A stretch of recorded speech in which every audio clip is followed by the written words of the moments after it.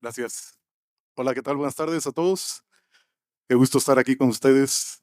Como decía Roberto Luna, soy de acá de México, del estado de Michoacán, aquí pegadito, y de hecho pegadito a Jalisco. Entonces me encanta estar aquí por primera vez en el KCD de Guadalajara. Eh, a ver, ¿pueden levantar la mano los que conozcan Valky? Un poco, los demás. A ver, ¿alguien, los que conozcan Redis o bases de datos en memoria? Casi todos, ¿no? Bien. Empecemos por ahí. Vamos a platicarles qué es Valky. Pasa con mi agenda.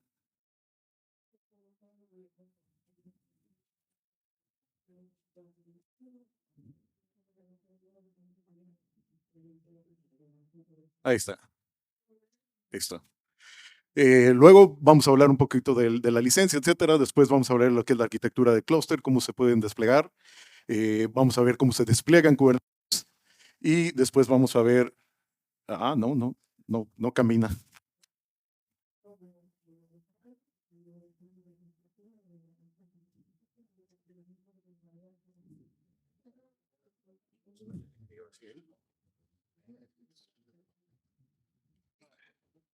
Ahora sí.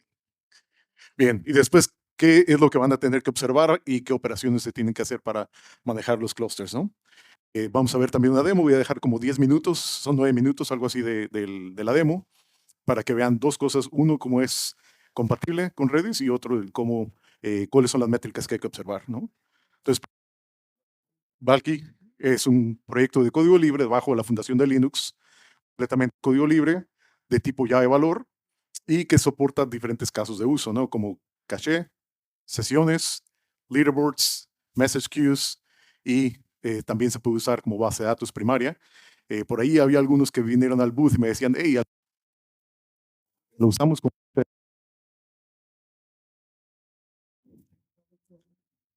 Pues apagar esto. Ok, ¿se escucha bien? Bien. Hay mucha gente que lo utiliza como base de datos primaria, ¿no? Sobre todo en AdTech, en gaming y en retail. Eh, y de hecho, aquí, disculpen el Spanglish y quisiera empezar por ahí. ¿Hay alguien que preferiría que lo hiciera en inglés? Porque había alguien que me decía que querían venir, pero si era en español, mejor no. Entonces, ¿español está bien? ¿Se soportan mi Spanglish? Bien, gracias. Entonces, obviamente, ¿cuáles son las desventajas? Como es en memoria, los datos no son persistentes, ¿no? Se pueden escribir cada segundo o cada cierto determinado tiempo. Entonces, estamos trabajando en tener persistencia real. La comunidad, como les decía, es un fork de Redis, tal de la versión 7.2, que fue la última versión BSD3. Entonces, se creó por medio de compañías como AWS, GCP, Oracle, Snap, Apple, que fueron los que crearon el proyecto, debajo de la fundación de Linux para que no hubiese un solo proveedor que controle el proyecto, ¿no? Obviamente, AWS, Google y Oracle son los más grandes, pero también Alibaba y Tencent lo soportan, que son bastante grandes en China. Y está creado por los creadores, la gente que realmente contribuía a Redis. Eh, Nosotros incluidos, por ahí hacíamos clientes, cosas así, documentación, y yo lo que hacía como especialista global de Redis para AWS era dar feedback, ¿no? De decir, hey, necesitamos mejor autenticación, necesitamos más métricas, necesitamos menor latencia, cosas así, ¿no? Entonces, pero ¿por qué utilizo una base de datos en memoria, no? La mayoría de las bases de datos relacionales funcionan bien, hasta que no, ¿no? Entonces, ¿qué es lo que pasa? Siempre vamos a tener cuellos de botella, ya sean por el disco, es 100 veces más lento que la memoria, ¿no? Incluso los SSDs de AMD son como 50 veces más lentos. Entonces hay una barrera ahí física que nunca se va a poder lograr, ¿no? Entonces hay un nicho en el cual las bases de datos en memoria, por eso incluso los procesadores también utilizan e incrementan cada vez más su capacidad del L2 y L1 cache, ¿no? Nosotros es lo que hemos hecho, utilizar L2 cache para poder de reducir la latencia. Entonces, escalar sistemas basados en disco es realmente mucho más complejo. Lo que tienen que hacer es crear cosas ahí muy raras del lado de la aplicación para poder escalar de manera horizontal. Entonces, ¿qué es lo que hay que hacer? utilizar la mejor herramienta para el trabajo, ¿no? Es decir, si todo lo único que sabemos es utilizar un martillo, todo se ve como un clavo, ¿no? Entonces, pero si tienes un tornillo que poner, pues necesitas un desarmador, ¿no? O si necesitas cortar algo, pues una sierra, ¿no? En vez de un serrucho, en vez de un martillo, lo puedes romper, pero no va a funcionar igual, ¿no? Entonces, ¿qué es caché? Vamos a tomar un paso hacia atrás y es prácticamente la forma de almacenar datos que son frecuentemente accesados, ¿no? Entonces, el caché más distribuido que podemos encontrar en el mundo son DNS, ¿no? Ustedes escriben www.google.com, eso va a llegar a su router, ahí van a tener un local cache y luego si no va a ir a resolverlo con un servidor de DNS y eso al final de cuentas es otro cache que tiene otro cache que tiene otro cache que llega al servidor que realmente va a atender su petición, ¿no? Y va desde el DNS hasta los microchips, como les comentaba, el L2, el L1 cache, al nivel del procesador. ¿En dónde cae Valky? En medio, ¿no? En la memoria, que está mucho más cerca de los datos.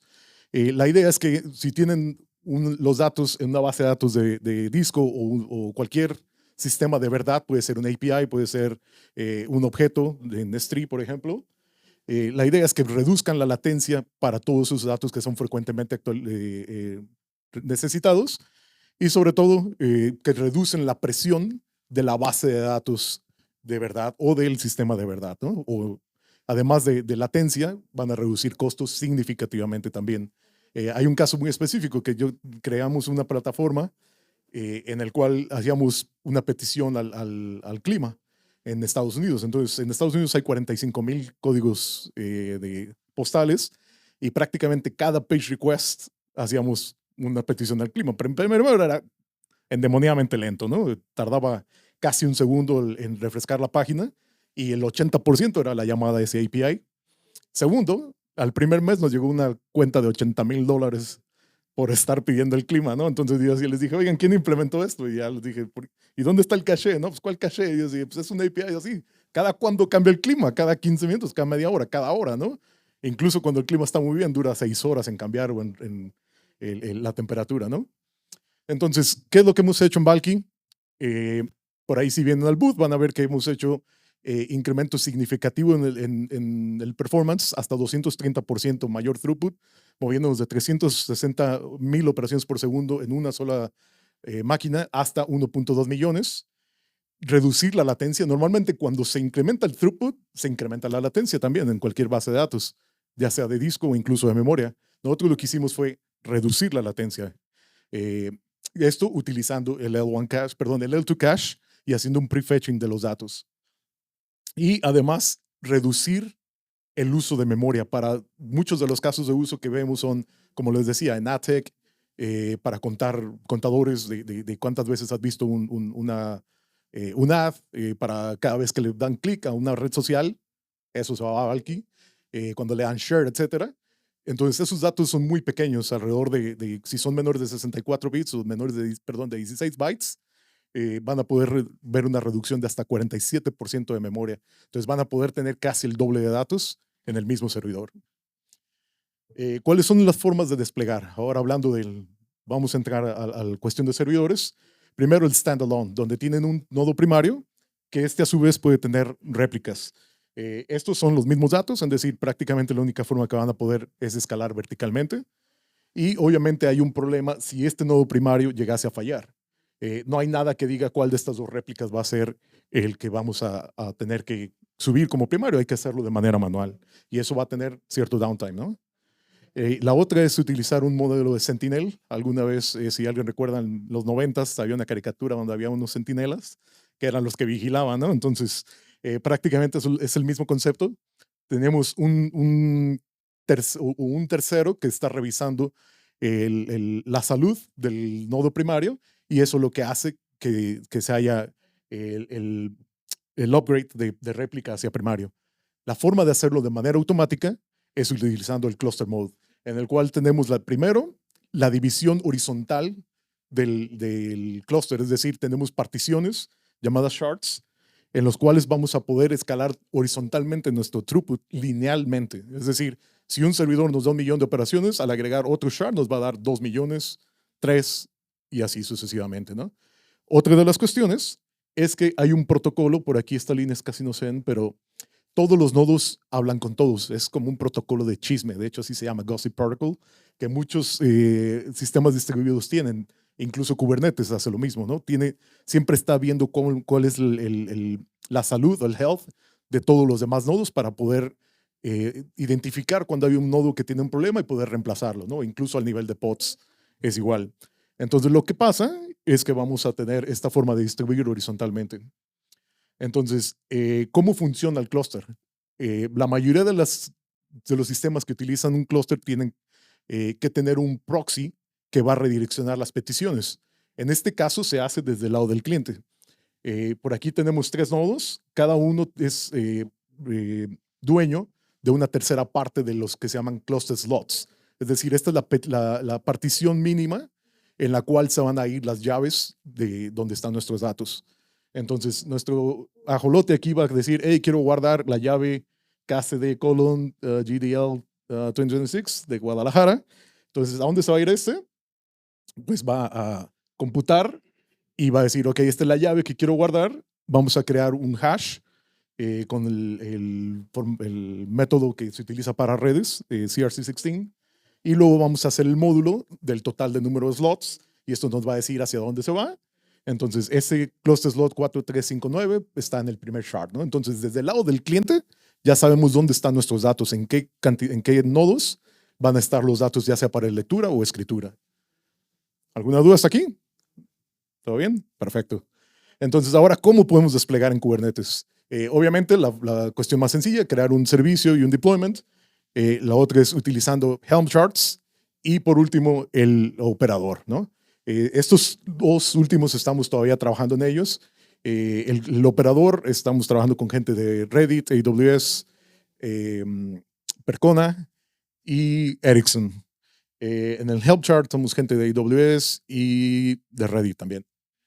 Entonces, si están interesados en ayudarnos, les agradeceríamos. Entonces, vamos a hablar un poquito de los ajolotes, ¿no? De acá de México, de la Ciudad de México, del lado de Xochimilco, que tienen una característica muy interesante. Si pierden un miembro, es decir, una pierna, un brazo o incluso hasta parte del corazón o el cerebro, se puede regenerar. ¿Sí? Esto es una maravilla de la vida del mundo animal que los científicos están investigando. De igual manera, Valky se puede regenerar. Es decir, tienen un clúster de esta manera, donde tenemos 3 shards, 3 nodos para cada shard. Y como les decía, todos los nodos están al tanto del health de los demás. Entonces, si tenemos la eventualidad de que un nodo llegase a tener un problema, en este caso un nodo primario, donde no se van a poder escribir más datos, los demás nodos primarios van a votar para ver cuál de las 2 réplicas del nodo primario que se perdió está más actualizada. Y en este caso, si los 2 votan, se hace un quórum y decimos, ok, vamos a elegir que la réplica 1 del nodo primario lo vamos a convertir hacia un nodo primario. Y esto es de manera automática. La parte que estamos trabajando con el operador es que además podamos hacer que la nueva réplica que nos hace falta ahora se cree, ¿no? Esto ahora lo tenemos que hacer de manera manual, donde tiene que haber un operador. La idea es que el Kubernetes Operator lo haga de manera automática. Algunas cuestiones más interesantes de Kubernetes es la estrategia para distribuir los nodos. Obviamente, la afinidad a tenerlos en un nodo, hay que cuidar de que no todos los nodos primarios o no más de un nodo primario esté en un nodo de Kubernetes, ¿no? Es decir, que los pods estén distribuidos de manera horizontal, si no, pues prácticamente vamos a perder el blast radius de que se pierda un nodo de Kubernetes va a ser mucho mayor, ¿no? Para esto tiene lo del pod affinity spread y también el scheduling al hard enforce, ¿no? La otra es la distribución de los recursos. Algo bien importante, los límites de memoria es algo que la gente normalmente no tiene cuidado y dicen, ok, si este pod le vamos a dar, no sé, 16 gigas o es de 16 gigas, vamos a darle todo el espacio, ¿no? El problema es para todo ese trabajo que está haciendo Valky detrás de escenas. La replicación, los snapshots y sobre todo el tener un buffer es necesario tener de 20 a 30% de espacio. Entonces, cuando ustedes digan, tenemos 16 gigas en este pod, en realidad solo hay que darle tal vez 12 o 14 máximo, ¿no? Para darle un espacio para todo este trabajo eh, de secundarios que pasan detrás de escenas. ¿Okay? Ahora, ¿qué más tienen que hacer para que poder realmente sacarle jugo a sus clusters de Valky? Uno es aplicar las cuestiones o cambios al kernel para poder tener una cantidad amplia de conexiones, porque esto es algo muy común. Alguien me comentaba ayer precisamente que tenían problemas de conexiones con PHP y con la mayoría de los scripting languages como Ruby, etcétera, tienen este problema donde las conexiones son persistentes, pero no hay un pool de conexiones. Eso es algo que en Python hemos resuelto y también en JavaScript. Para PHP también tenemos un nuevo cliente que llamamos Glide, que resuelve todos estos tipos de cuestiones y además les permite multiplexar las conexiones y tratar de reducir al mínimo la cantidad de TCP abiertos, ¿no? Otra cuestión específica de Kubernetes es tratar de brincar el proxy utilizando el host network verdadero, ¿no? Entonces, eso es para que ni siquiera tenga que resolver y resuelva por DNS. Y sobre todo si están utilizando como eBPF, Concilium. Por aquí lo que les decía del el manejo de memoria, aparte de tener un buffer, hay que elegir el sistema correcto de evicción, ¿no? Depende del caso de uso que tengan, van a decir, ok, ¿qué pasa cuando se me llene la memoria? Si está bien que volvamos todas las llaves que tengan un TTL, es decir, un tiempo de vida asociado, entonces está perfecto, usamos el all keys all are you. Pero si no, por ejemplo, vamos a utilizar el volatile para las sesiones, perdón, para los mezclados y un lazy free eviction, es decir, que lo va a hacer detrás de escenas cuando sea necesario para evitar que haya eviction stores, ¿no? Porque eso genera un montón de CPU en el hilo primario, ¿no? Y otra cuestión, como les decía, cuestiones que hemos implementado en Valky que no se aceptaban en la versión en Redis, era, por ejemplo, hacerlo multithreaded. Sigue siendo single thread el motor, pero ahora lo que hacemos es para I/O, es decir, las peticiones, que normalmente tener un protocolo como el RESP, poder entender el comando y luego desencriptarlo, por ejemplo, y luego mandarlo hacia el main thread, que es el event loop, que está procesando y tocando la memoria. Una vez que se tienen los datos de regreso de memoria, ahora hay que parsear el objeto, ponerlo en un RESP y luego encriptarlo y mandarlo hacia el cliente, ¿no? Entonces, el 70% del tiempo que estaba pasando en el main loop estaba haciendo I/O. Entonces, lo que hicimos fue cambiar eso y ponerlo hacia los demás CPUs. Entonces, la cosa aquí es que hay que ponerlo hacia el número de cores físicos menos uno, ¿no? Para que podamos tener espacio para el sistema operativo. ¿Okay?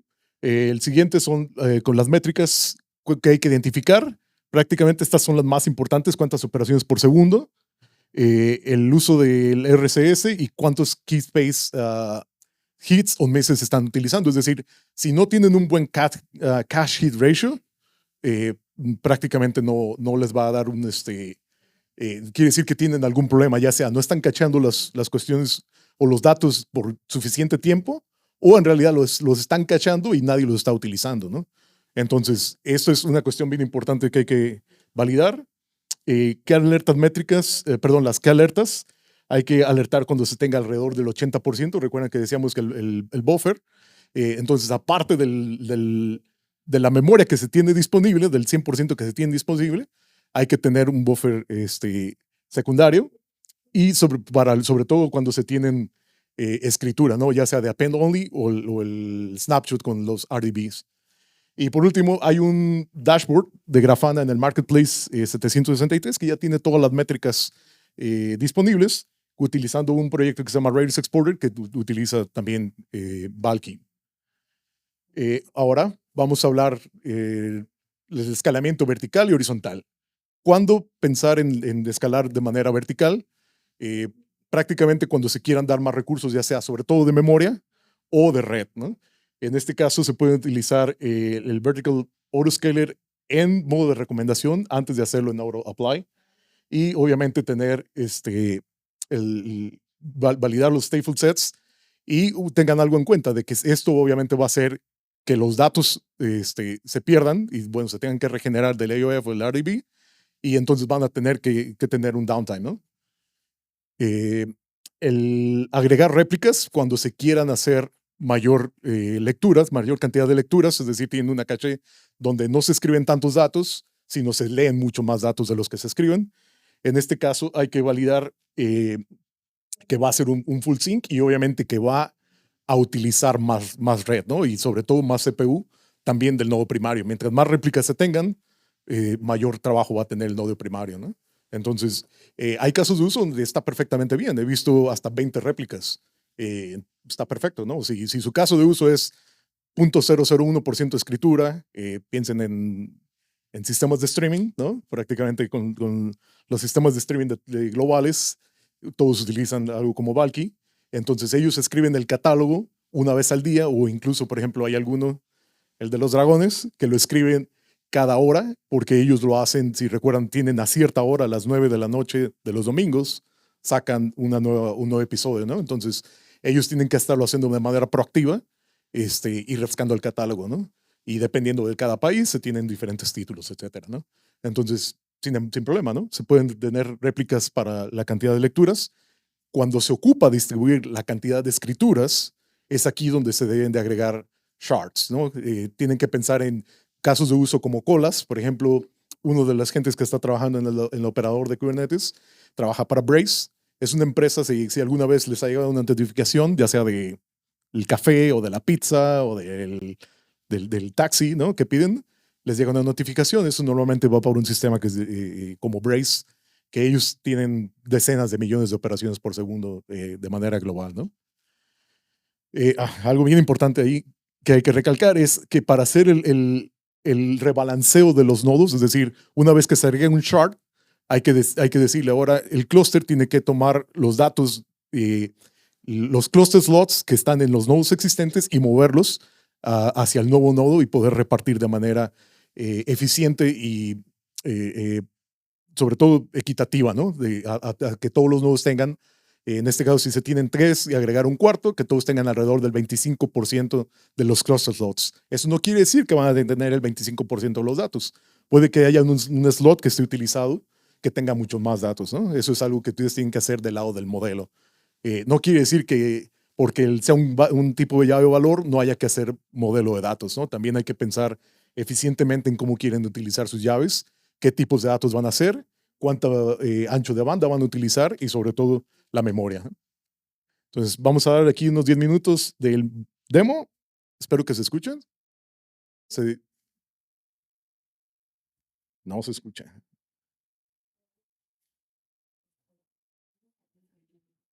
Si no, los platico.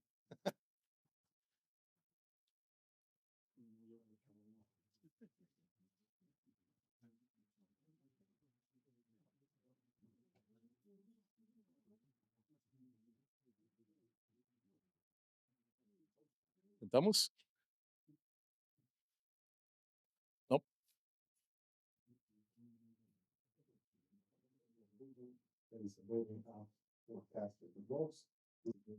Python, and those votes go to this says Redis, and then they also go to back to database is exposures. That would be is the development, then the result stage is written in JavaScript. So we're gonna see how we can do this and then migrate that to Bulky. So first of all, I'm gonna close these tabs over here and run the demo of our application.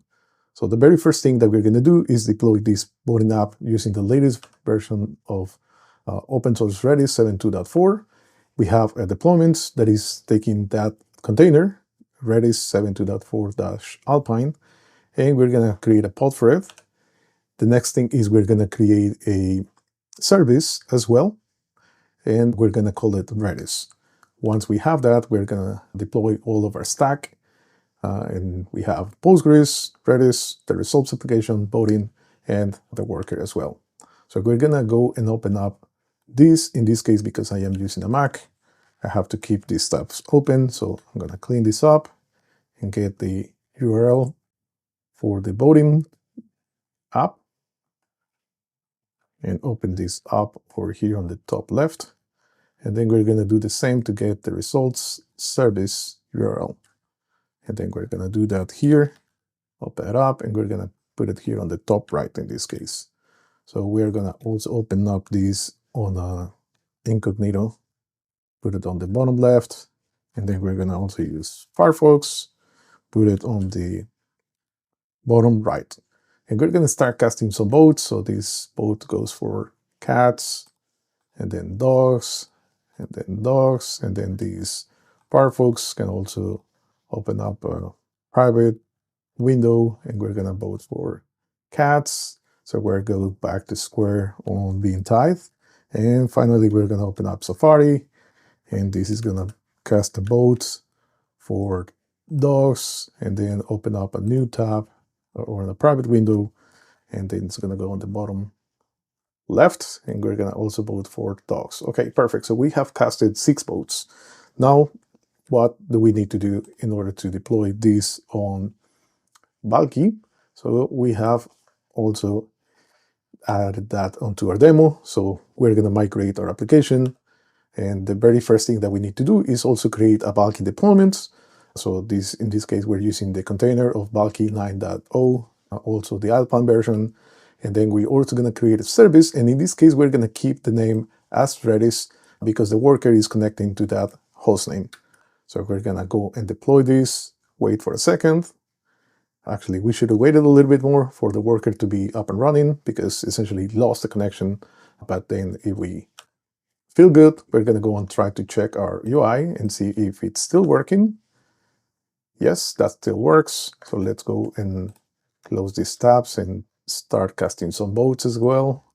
The only thing that we created new was the Valky deployment, so that means that the application should still work. And in this case, I can start casting more votes. So if I go to Firefox and create a new private window and cast my vote down here on the bottom right, yes, perfect. And if I go finally to Safari and open up a new private window on the bottom left, cast a vote for dogs, and yes, they're winning now, 78%. Perfect. So that means that we were able to deploy our application with no code changes and everything still works. So that was the service and deployment option using Kubernetes. But we're also going to take a look at deploying it using a Helm chart. For this, we have prepared a demo.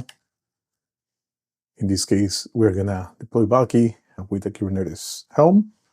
And in this case, we are starting to work on this Helm chart for Valky. The way that this works is we have configuration where we are adding persistence with append only. And this is a 1 primary, 2 replica deployment. And we are using up to 1 gigabyte of data. We're also using a sidecar for exporting the metrics using the Redis exporter. And we're going to provide that high availability with the multiple replicas. So the very first thing is adding a Helm. Okay, now that we have created a Valky deployment using the Helm chart, we can see that we have our pods running. So we're going to continue and deploy our monitoring with Prometheus and Grafana. Let's take a look at the configuration first. So this is the service monitor using Prometheus. For this, we're going to have metrics. And this way it tells Prometheus where to scrape the Valky metrics and targets the services with the metrics component label. And it scraps the data every 5 seconds for close to real-time visibility and discovers all of the Valky instances automatically. Then we're going to also create a configuration map. In this case, it's a Grafana dashboard that is on the marketplace that has multiple metrics such as the uptime, clients, use memory, connected replicas, and very importantly, the ops per second as well as the hit rate. Let's go and deploy the monitoring stack. Okay, now that it's deployed, we're going to have access to Grafana for this we're gonna start forwarding the port to our host, and we're gonna open up that on the port 3000. This is our Grafana instance. We're gonna go and put in our user and password, and this gives us access to Grafana. We're gonna take a look at the dashboards. This is the bulky dashboard. I'm gonna mark it as favorite here, and we're gonna start refreshing every 5 seconds or so. Now that we have the monitoring stack complete, we're gonna run a performance test, in this case, so you can see some of the metrics. So this is gonna take a few minutes. We're gonna do a few writes, about 20%, and about 80% are gonna be reads. In this case, we're doing currently over 1 million operations per second under millisecond, and that's including the writes that have to go to both replicas. Okay, that means that the writes, we were close to 1 million operations per second at half a millisecond P50 latency. If we go to our dashboard, this is what we have, right? So in this case, we have seen that the primary node has 2 connected replicas, and we can see some of the commands that are going through. So essentially, that's the million operations per second that is happening. It seems like the red one is our primary. Yeah, we probably should put some labels on that. And then these other 2 are the replicas. So that means that in total, we're doing over or around 3 million operations per second. And this is the instant values. Now, some of the reads are going to come as well. Okay, the test has been completed. So in this case, we were getting about 2.3 million requests per second at about 0.15 milliseconds. This is mainly because we're running locally. That means there is a network hop. But the idea here is that you should be able to see some of these metrics. And if we shrink down to a shorter period, in this case about the last 5 minutes, we can see this test that just happened. So something very important that you should keep in mind is if you're having a good or bad cache hit ratio. So this is giving us that, yes, once we have data and we're reading it, we have about 100% cache hit rate. If we take a look at our configurations, we've seen them before, but this is the dashboard, the service monitor, and this is the way that we've configured our deployment using the Helm chart for Bulky. This is still work in progress. We expect to have Sentinel support as well as Closer support, and eventually we are also working on creating a Kubernetes operator, so we would like to have your help.